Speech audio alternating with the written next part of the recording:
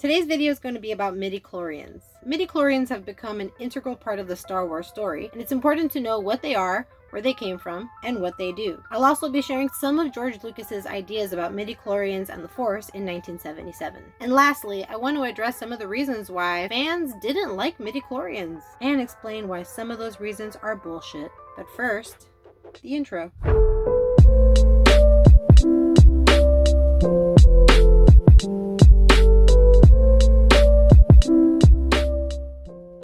Midichlorian is the scientific name for a species of sentient and microscopic intelligent life forms that reside within the cells of all living organisms, all functioning as one single entity and forming a symbiotic relationship with their host. The midichlorians originated from the wellspring of life in the center of the galaxy, which I'll talk about more in a moment. Their existence was integral to the all-encompassing energy field known as the Force, connecting the living force to the cosmic force.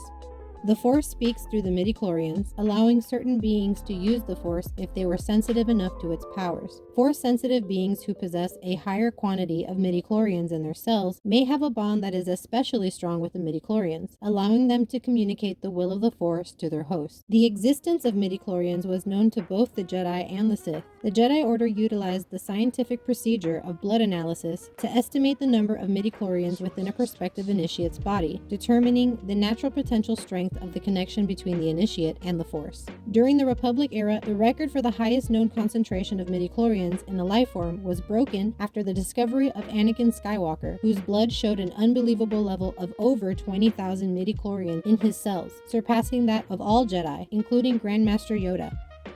In addition to the Jedi's scientific knowledge of the midichlorians, Jedi philosophy held that the midichlorians were the foundation of life itself, and without it, life could not exist. Like the real-life mitochondria of the cell, the midichlorian is required for cells to reproduce. Cells cannot reproduce without at least one midichlorian. This means all living creatures in the galaxy have midichlorians inside of them. This also means all living things have access to the Force. They just need to practice and focus on that skill, like the Jedi and the Sith. By serving as the link between two aspects of the Force, the cosmic and the living, the midichlorians also made it possible to achieve immortality after death. With sufficient training and total immersion in the light side of the Force, the deceased could preserve their identity in the form of a Force spirit. Fun fact, midichlorians are real, and they are a parasite in the mitochondria of tick cells. In 2006, in the real world, a newly discovered species of bacteria residing in the mitochondria of the cell was named Midichlorians mitochondriae, as a tribute to the midichlorians. The scientist, Nathan Lowe, who discovered this microscopic parasite, wrote to George Lucas requesting permission to use the name, and was granted it.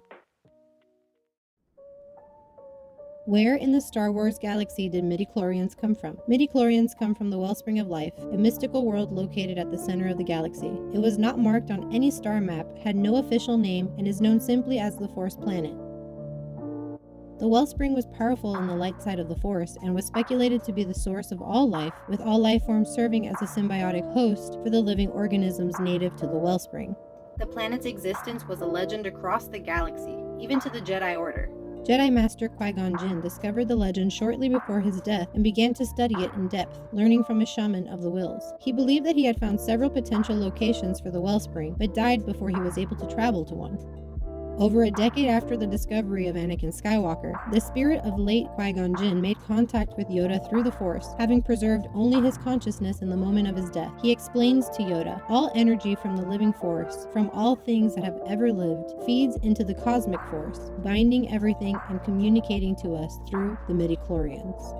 With Qui-Gon's help, Yoda discovers the birthplace of the midichlorians. He learns about their role as the link between the living Force and the cosmic Force, a connection embodied by 5 ethereal beings called the 5 Force priestesses: anger, confusion, joy, sadness, and serenity. Dave Filoni indicated that the Force priestesses were one being, saying, "It's one ancient being separated over a time that for our perception to be able to see her, she is these many different iconic things presented to us. She is conscious in the Force, and she has a limited ability to manifest." With the help of the priestesses, Yoda gains greater insight into the nature of the midichlorians, passes his trials, and gains a new ability that he once thought was impossible: the power to preserve his consciousness after becoming one with the Force. How did midichlorians come to be created by Lucasfilm? Lucasfilm maintains that midichlorians were first conceived by George Lucas as early as 1977. The first time they were given a name was in Episode 1 in 1999. When George explained many of his concepts in detail in 1977, he was quoted saying the following: "The Force is really a way of seeing. It's a way of being with life. It really has nothing to do with weapons. The Force gives you the power to have extrasensory perception and to be able to see things and hear things, read minds and levitate things. It's said that certain creatures are born with a higher awareness of the Force than humans. Their brains are different. The Force is a perception of the reality that exists around us. You have to come to learn it. It's not something you just get. It takes many, many years. Anyone who studied and worked hard could learn it, but you would have to do it on your own." So in 1977, George was already talking about creatures with a more natural capacity to interact with the Force, and despite blood tests that show your aptitude, learning the Force is still a skill that takes practice and training. One might be born strong in the Force, but because all beings have midichlorians, whether it be 1 or 20,000, they could all develop the Force to lesser or greater extents. In George Lucas's original outline for the sequel trilogy, he explains that the midichlorians served as a conduit between all living things and the Wills, who controlled the Force and were essentially it. When George sold Lucasfilm to the Walt Disney Company in 2012, his plans for the sequels were ultimately scrapped. However, George was sure that fans would have hated this idea much like they hated the prequels. It's such a shame that fans have made him feel that way about his own ideas, and that's probably why he sold Star Wars to Disney. While developing Episode 9, The Rise of Skywalker in 2019, director J.J. Abrams and his crew met with George Lucas to consult with him about the movie, which led Lucas to explain to them his own ideas about the midichlorians. This might have potentially steered the ideas back in the direction that George originally wanted.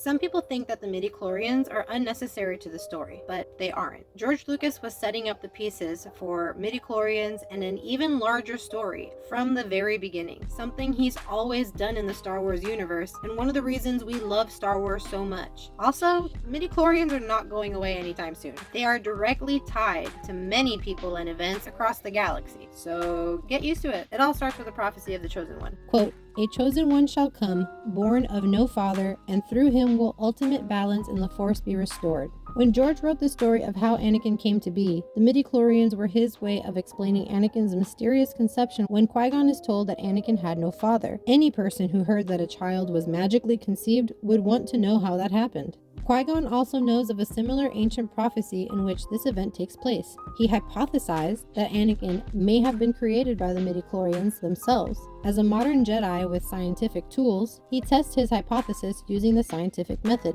He uses a simple blood analysis to determine whether his hypothesis is correct. In a world of advanced technology, I don't see how this is unnecessary or a problem. Midichlorians have now made their way to the sequel trilogies and the Mandalorian television series. Spoilers ahead. Episode 1. It was said that Sith Master Darth Plagueis could influence the midichlorians to create life and cheat death.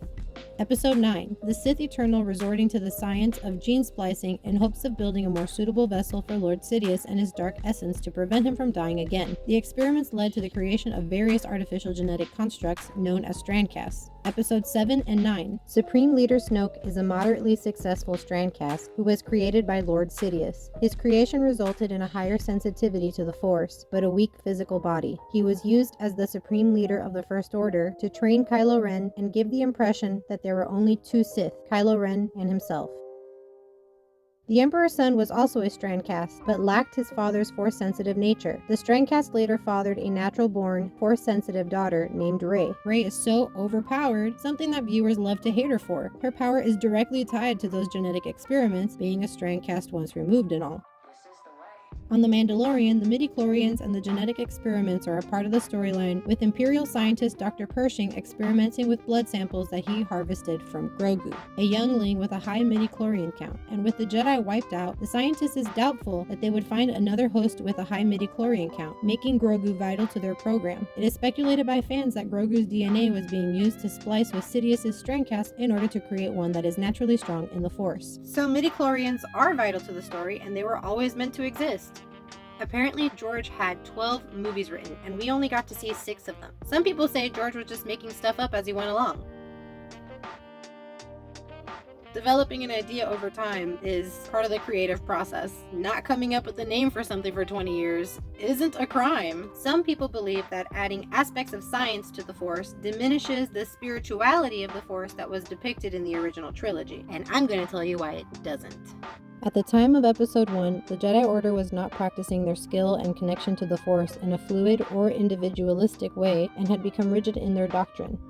They had grown so arrogant that they didn't immediately accept that the Sith had returned simply because they could not sense them. They had become political tools for the Galactic Republic and had lost sight of what they once were, the guardians of peace and justice in the galaxy. Before the original and prequel trilogy, Qui-Gon's pursuit of the truths and origins of the Force is what leads him to learn about the wills and the wellspring of life. This knowledge is what allows him to become one with the cosmic and living Force, something the Jedi either never knew how to do or had forgotten how to do at some point. As far as we know, it was only a legend to them.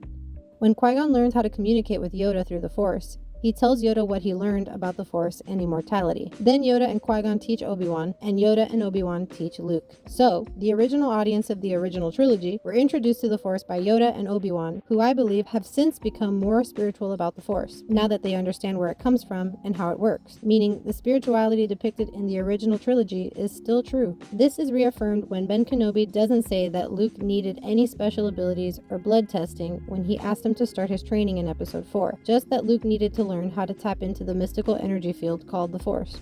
Because the movies were started unbeknownst to the audience, from Episode 4 in George's story, that spiritual depiction existed without a backstory and was left to audience interpretation for over 20 years. Now, apart from the fans from the original trilogy, some people believe that adding aspects of science to the Force diminishes its spirituality in general. George Lucas, on the other hand, considers the two aspects of the Force separately, treating the midichlorians as the practical and biological side, distinct from the spiritual and metaphysical side of the Force. To quote a Reddit user who put it so eloquently, you can explain sunlight as the warmth and nurturing glow that bathes the earth and gave us life and makes the trees grow tall and strong, or you can say it's just a beam of radiated protons and electrons traveling from the sun in every direction at a gazillion miles a second, and we just happen to be in its way at the right time. Either you have a scientific explanation or a spiritual one. Either way, they're both true. Also, it's a science fiction movie, so if you can accept that there are aliens in space at war with robots and that there are space wizards with laser swords moving shit around with a force, then I think you can accept this tiny detail that in a world that is scientifically and technologically advanced, the pursuit of the truths about life and the universe are a natural pursuit. Some viewers were upset simply because the scientific explanation of the Force didn't match what they interpreted the Force to be or believed the Force to be, which is irrelevant because it's not your story. It's George Lucas's story, and if he says that midichlorians are the mitochondria of Star Wars, then that's what it is.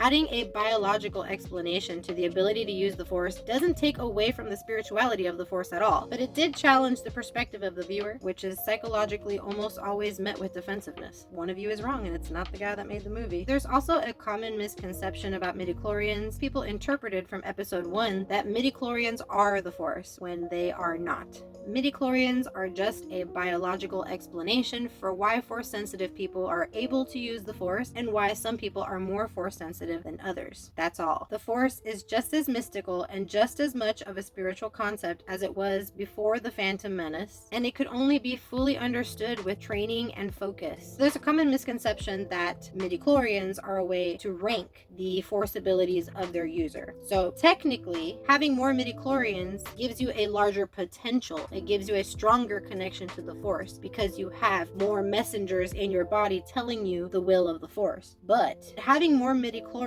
doesn't mean that you are automatically stronger in the Force. It requires training and practice and focus. After all, Anakin has over 20,000 midichlorians, yet he still loses several battles, Luke and Count Dooku, especially Obi-Wan. It's not one midichlorian equals one Force strength.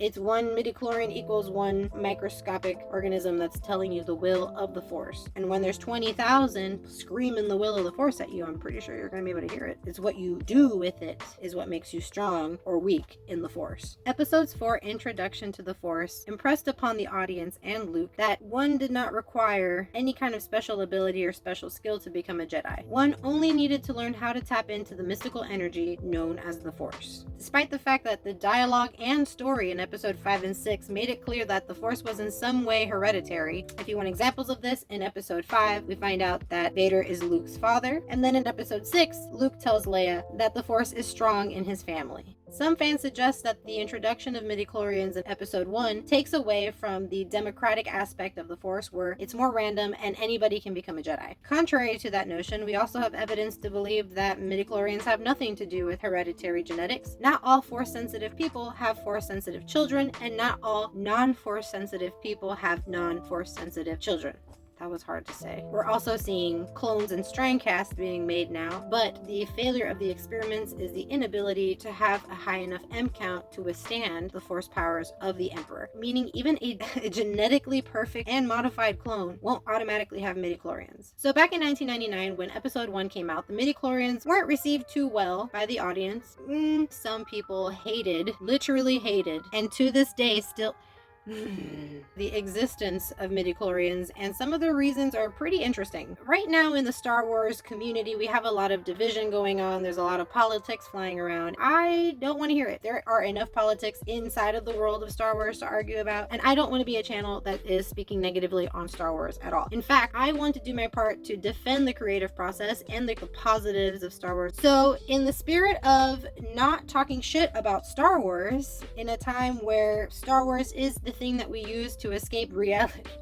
There you have it. Now you know what midichlorians are, you know where they came from, you know what they do, you know how George Lucas came to create them, and you know why people hate them and what to say when they say that they do, and why those reasons are bullshit. I hope you enjoyed this video. If you did, please hit the like button. It helps a lot. Subscribe to the channel for more videos like this one. Leave me a comment below and let me know if you learned anything new. Let me know if there's something else you want me to explain or defend. If you want to support the channel while we're growing and gaining some momentum, I do have a Patreon and it's linked in the description below. Look out for my episode 1 summary and analysis coming soon. It's going to be a bit of a long one, but it's everything that you need to know about episode 1. Thanks for watching. See you later.